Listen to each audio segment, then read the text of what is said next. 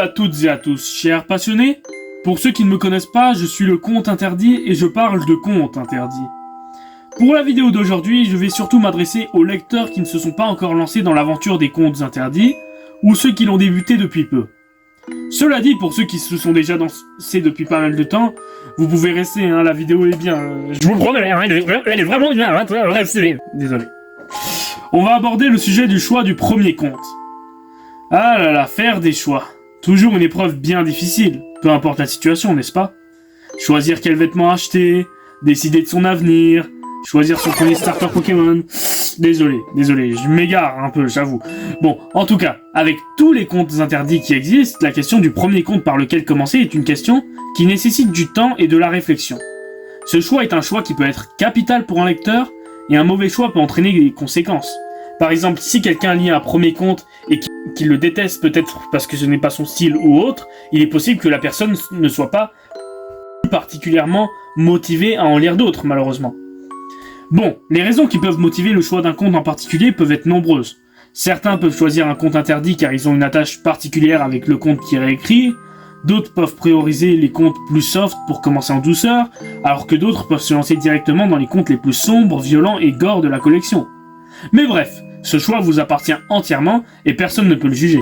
Cela dit, pour ceux qui sont un peu plus indécis et qui ont du mal à se décider, j'ai fait un classement spécialement dédié à ce choix capital, et je conseille d'ailleurs à ceux qui regardent la vidéo de la partager au plus grand nombre histoire de motiver le plus de personnes possible. En tout cas, pour ce classement, je me suis basé sur certains critères en particulier. Les contes doivent être disponibles au Québec, mais aussi en Europe, afin que la vidéo puisse aider le plus de personnes possible et qu'elle soit réellement internationale. Les contes que je cite ne sont pas spécifiquement gore ou soft, c'est-à-dire qu'ils sont plutôt dans le milieu pour la plupart. Ils ne pensent pas d'une balance comme d'une autre. En tout cas d'après ma propre interprétation. Hormis une petite exception. Et pour ceux qui voudraient commencer par des contes plus soft ou alors plus violents et hard, je ferai défiler à l'écran une sélection de 5 contes pour chacune des deux catégories, et peut-être que j'en parlerai dans le futur de la chaîne. Ensuite, les contes que je cite doivent être principalement indépendants ou alors être les premiers à être lus. Par exemple, Boucle d'or, qui est la suite de Hansel et Gretel, ne pourra pas être présent, pour ne pas compliquer les choses plus que cela. Les contes devront aussi préférablement faire autour de 200 pages, pour que cela ne puisse pas décourager les lecteurs qui ont du mal à lire en général, qui débutent dans la lecture et qui puissent se lire aussi assez vite. Et finalement, les contes devront vraiment représenter l'essence des contes interdits, qu'ils permettent de donner un bon aperçu de ce qu'est un conte interdit en fait, et de préférence ils devront quasiment faire l'unanimité dans la communauté. Bien sûr, l'unanimité totale n'existe pas, mais en général, ça va être des contes qui sont quand même appréciés par le plus grand nombre, histoire que la plupart des gens puissent s'adapter à celui-ci et l'aimer. Ce top 5 partira du conte que je considère comme le moins adapté pour débuter, jusqu'au conte que je considère comme le meilleur pour se lancer. Attention, je ne parle pas de qualité intrinsèque des romans, mais bel et bien sur leur qualité en tant que premier conte interdit pour le lecteur. Bon, bien sûr, avant de lancer ce top, je précise que celui-ci est subjectif et je ne fais que donner mon avis présentement. C'est possible que vous ayez débuté avec un conte qui n'est pas cité et que vous ayez totalement accroché. Il n'y a absolument aucun problème. C'est mon cas d'ailleurs. Simplement, je ne fais qu'user de mon expérience dans le domaine et mon temps passé sur les réseaux sociaux pour dresser un classement de contes qui me paraissent idéaux pour commencer et qui ont tout pour plaire à la majorité. Bref, je ne donne que mon avis en espérant que cela puisse aider. Assez discuté, dès à présent, je déclare le premier classement de la chaîne lancé. Numéro 5, La légende de Sleepy Hollow de Simon Rousseau. Le premier conte interdit que je pourrais conseiller à quelqu'un qui se lance est La légende de Sleepy Hollow. Écrit par Simon Rousseau, le livre fait environ 234 pages, aux éditions Ada en tout cas.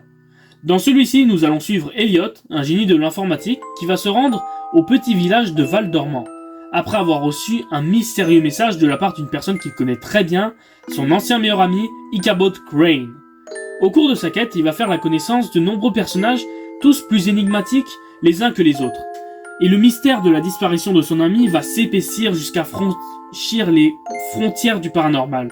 Et cette fameuse légende du cavalier sans tête ne va pas servir à rien, je vous l'assure. Bon, pourquoi est-ce que ce conte figure sur la liste ? Eh bien, c'est tout simplement car il a de nombreuses qualités indéniables. On n'est pas sur le meilleur conte interdit de tous les temps, et ce n'est pas celui qui fait le plus l'unanimité, mais il reste vraiment pas mal pour débuter. L'histoire, bien qu'assez lente à démarrer, est assez passionnante, entre la quête du personnage principal et les mystères que cachent les habitants du village en passant par les légendes intrigantes que renferment ces lieux, on est clairement sur un roman qui va faire réfléchir le lecteur. Le côté psychologique des personnages est aussi très bien exploité par l'auteur, et c'est l'un des points forts majeurs du bouquin. Les personnages ont tous une part d'ombre et un masque qui ne laisse pas soupçonner leurs réelles intentions. Le livre va vraiment retourner les idées qu'on a pu se faire durant la lecture. Le livre est par ailleurs divisé en deux principales parties. Le point de vue d'Eliot, dans le présent, et celui d'Ichabod, dans le passé. Et cette division sert très bien le scénario et le fil rouge, car peu à peu on va réussir à faire des liens et à tout comprendre grâce à cela. Au niveau du gore et de la violence, le livre n'est pas si pire. Il n'est pas doux, mais il n'est pas horrible non plus. Et au niveau des trigger warnings, on retrouve de la violence, un peu de sexe, des mutilations, de la torture et une tentative de suicide. Mais même ces points ne sont pas si surexploités que ça et rendent le livre accessible à tous ceux qui veulent le lire pour débuter. Pour finir, je préviens que le livre a un certain côté fantastique, surtout vers la fin. Mais en réalité, il n'est pas si présent que ça et il ne gâche aucunement la lecture. Bref, ce livre n'est peut-être pas le meilleur de la liste, mais pour quelqu'un qui veut se lancer avec un livre qui représente bien les contes interdits et qui est dans le milieu au niveau de l'horreur, ce livre est parfait. Numéro 4. La petite sirène de Sylvain Johnson. Pour continuer sur notre lancée, parlons de La petite sirène. Le roman de Sylvain Johnson est autour des 250 pages, et on est encore une fois sur une belle aventure en perspective. Nous allons suivre cette fois-ci Angela, une jeune fille atteinte de sirénomélie, une maladie fétale rare qui fusionne les deux jambes de l'enfant à la naissance à l'image d'une queue de poisson. Celle-ci, qui fait partie d'un horrible cirque où on la fait passer pour une bête de foire, ne rêve que d'une chose, avoir de véritables jambes et quitter les lieux. Accompagnée de son seul ami, Henry, un garçon homard qui est lui aussi atteint d'une maladie qui fait que ses mains ont l'apparence de pinces de crabe, ainsi que d'autres compagnons, elle va réussir à fuir. Et alors on va la suivre dans sa quête et son voyage à travers la province. Et ce ne sera pas de tout repos, car certaines personnes vont être à ses trousses et elle va côtoyer la folie à l'état pur. Ce livre est dérangeant, clairement. Mais c'est exactement ce qui en fait un excellent conte interdit et un bon livre pour débuter. Avec ce roman, Sylvain Johnson va nous faire sombrer dans les pires tréfonds de l'âme humaine. Et là où Sleepy Hollow était tendre, entre guillemets, au niveau de la violence et des trigger warnings, celui-ci est absolument démoniaque. Il ne figure pas parmi les plus horribles de la connexion à ce niveau-là, d'après moi, mais il a un niveau qui symbolise bien les contes interdits. Pour un public averti, il va être possible de le lire sans être forcément traumatisé, mais il reste très cruel, et c'est un livre qui montre de nombreux côtés sombres de l'humain. On retrouve de la violence, du sexe, des viols, du trafic, de la mutilation, du voyeurisme, et même bien sûr de la torture physique et mentale. Donc je vous préviens, même si ce n'est pas le plus hard selon moi, il n'est quand même pas simple à lire, et il n'est pas à mettre dans toutes les mains. On est vraiment sur une ambiance de road trip horrifique et de course-poursuite en quelque sorte. Les personnages vont beaucoup voyager et ça donne un livre parfait pour les voyages et les vacances aussi justement. Les personnages sont assez bien écrits aussi. Il y en a qui sont très attachants et d'autres qui sont absolument écœurants. Ce livre est émouvant par moments, tragique aussi, et il fait vraiment passer le lecteur à travers toutes les émotions possibles.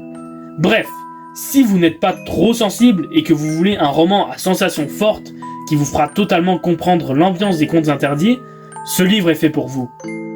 Numéro 3. Cendrillon de Sylvain Johnson.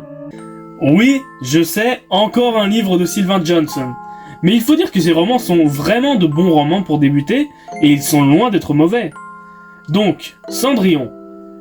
Le livre fait environ 184 pages aux éditions Ada, ce qui en fait d'ailleurs l'un des romans les plus courts de la collection, et on y raconte l'histoire de Sandrine, une jeune fille qui, suite à un affreux crime qu'elle a commise, va purger sa peine dans un pénitencier pour femmes, où les criminels et les gardiens sont loin d'être tendres. Dans ce roman, on va alterner entre le présent, lorsque Sandrine est en prison, et le passé, durant l'enfance misérable de Sandrine et au moment où elle va commettre son crime.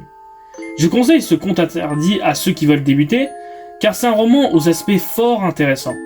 Sandrine est un personnage assez nuancé, qui malgré sa part d'ombre est vraiment attachante.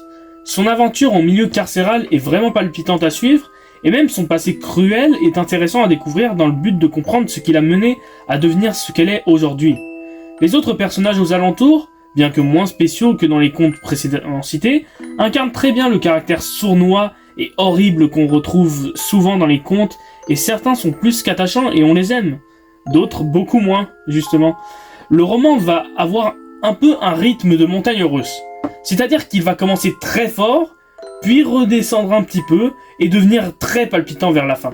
En tout cas, c'est un rythme qui ne peut pas plaire à tout le monde, mais je n'ai pas eu de soucis personnellement avec cela. Au niveau de l'horreur et du côté hard, je dirais qu'il est moins pire que La Petite Sirène sur le côté de la violence sexuelle. Mais il est loin d'être tendre et le livre commence directement avec une scène qui pourrait être issue d'un film d'horreur. Au niveau de la violence pure par exemple, on est sur un conte qui n'y va pas de main morte. Les trigger warnings sont la violence, le viol, la mutilation et la maltraitance infantile. On se concentre aussi beaucoup sur le côté psychologique et au niveau de la santé mentale, et c'est un point qui rajoute de la profondeur à l'histoire. Bref, si vous n'avez pas peur des scènes de violence assez graphiques, que vous aimez bien le côté psychologique des personnages et que vous recherchez un roman qui symbolise bien toute la cruauté de l'univers de la collection, Cendrillon est une belle possibilité. Numéro 2, Krampus de David Bédard.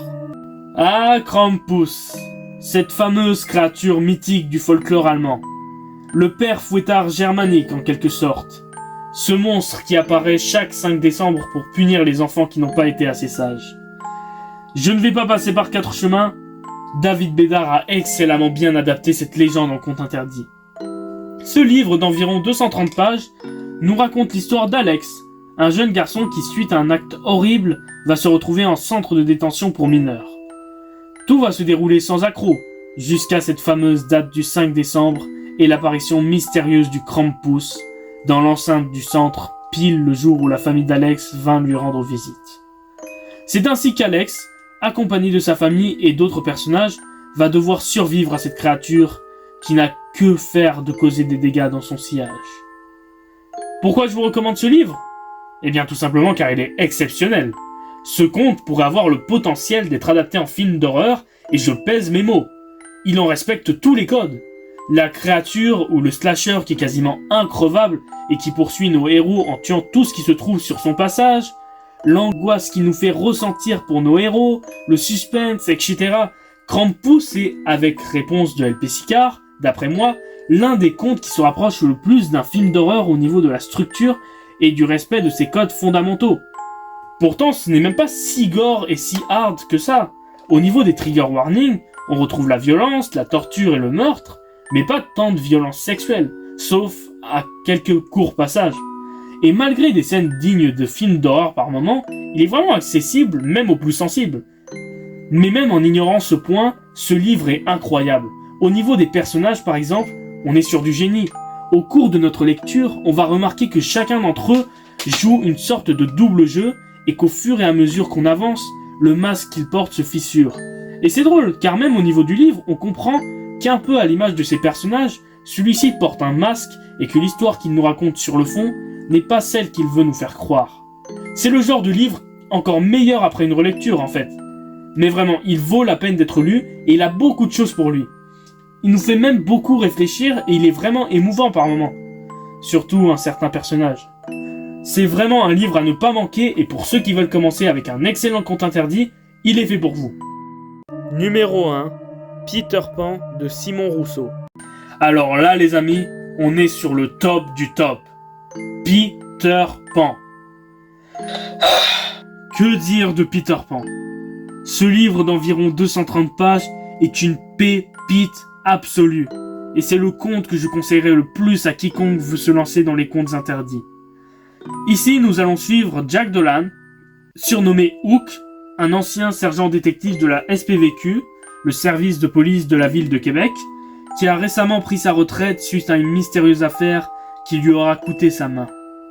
Après avoir été contacté par une ancienne connaissance, il va avoir comme quête de retrouver les 3 enfants adoptifs de celle-ci qui se sont mystérieusement volatilisés. Il va faire face à de nombreuses péripéties et c'est dans une aventure au tréfonds de la folie que celui-ci va se lancer. Ce roman est tout simplement fantastique. On est face à un véritable page-turner et on ne voit pas le temps passer en le lisant. Les personnages sont tous plus bizarres, obscurs et fous les uns que les autres. Et ça nous met dans une ambiance horrible, mais tellement fidèle aux contes interdits. On a de nombreuses intrigues qui sont abordées, que ce soit la quête de Hook de retrouver les enfants, ou encore cette mystérieuse affaire concernant des drogués qui se jetteraient du haut des immeubles.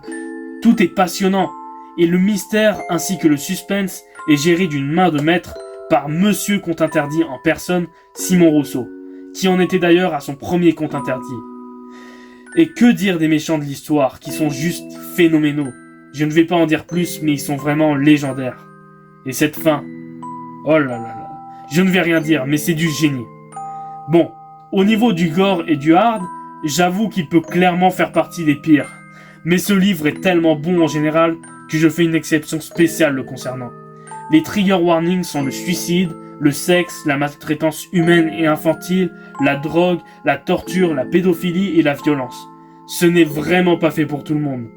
Mais c'est honnêtement un must de cette collection et c'est l'un de ceux qui a fait le plus d'unanimité dans la communauté. Je peux vous le dire d'expérience. C'est d'après moi le conte interdit qui représente le plus l'âme des contes interdits et leur essence. D'ailleurs, La Belle et la Bête, qui est sa suite, est aussi exceptionnelle. Donc si je devais vous en conseiller 2 à acheter, ce seraient ces 2-là, pour pouvoir débuter vraiment sur du lourd. Bref, si vous voulez découvrir les contes interdits, que vous voulez commencer avec l'un des meilleurs de la collection et que vous n'avez pas peur d'avoir le cœur au bord des lèvres durant votre lecture, ce conte doit se retrouver dans votre bibliothèque personnelle. Conclusion. Voilà qui est fait. C'était mon top 5 des contes interdits idéaux pour débuter la collection. Je rappelle que c'était un classement subjectif et que si vous n'avez pas le même, c'est tout à fait naturel. Je ne suis qu'un lecteur comme un autre, et les goûts peuvent varier, mais j'espère quand même que j'aurai réussi à en aider quelques-uns dans le début de leurs aventures obscures au royaume des contes. Et pour les autres, j'espère sincèrement que la vidéo vous aura plu. Si tel est le cas, vous pouvez lâcher un pouce bleu pour me soutenir, un commentaire pour donner des suggestions ou des avis sur la vidéo, et vous pouvez vous abonner et activer la cloche des notifications, c'est très important, pour ne rien rater à l'avenir. Pour ceux qui auraient d'autres questions concernant un premier conte par lequel commencer, je pourrais vous répondre et vous épauler dans les commentaires aussi. Pour la prochaine vidéo, je risque enfin de parler d'un conte en particulier et peut-être d'en faire la critique si tout se passe bien. Allez me suivre sur mes réseaux sociaux pour ne rien manquer. Désolé. En tout cas, c'était tout pour moi. Je vous souhaite une bonne journée ou soirée. Et n'oubliez pas que tout ce qui touche au domaine de l'interdit compte énormément pour le compte. Ha ha ha.